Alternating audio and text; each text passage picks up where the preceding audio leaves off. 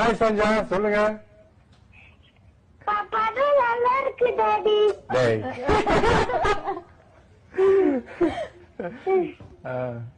நீங்க என்ன பாட போறீங்க சஞ்சா? நீங்க என்ன பாட போறீங்க? உங்களுக்கு என்ன பாட்டு வில்லினப்பா பிடிக்கும்? உனக்கு பிடிக்கும்ல, உனக்கு அந்த டாடி மம்மி ரொம்ப பிடிக்கும்ல? ஆமா, எனக்கு அந்த பாட்டு ரொம்ப பிடிக்கும்.